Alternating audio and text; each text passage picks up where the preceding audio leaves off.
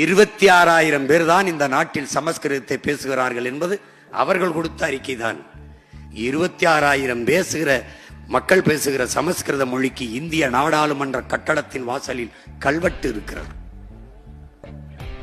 உலகத்தின் மூத்த மொழி 50,000 ஆண்டுகளுக்கு முன்பு பிறந்த தமிழ் மொழி உலக மொழிகளின் தாய்மொழி.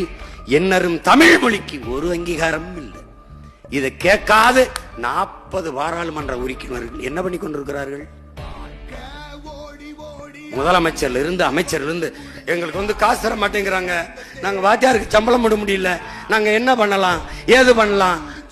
இதுக்கு எதுக்கு முதலமைச்சர், இதுக்கு எதுக்கு 40 பாராளுமன்ற உறுப்பினர்?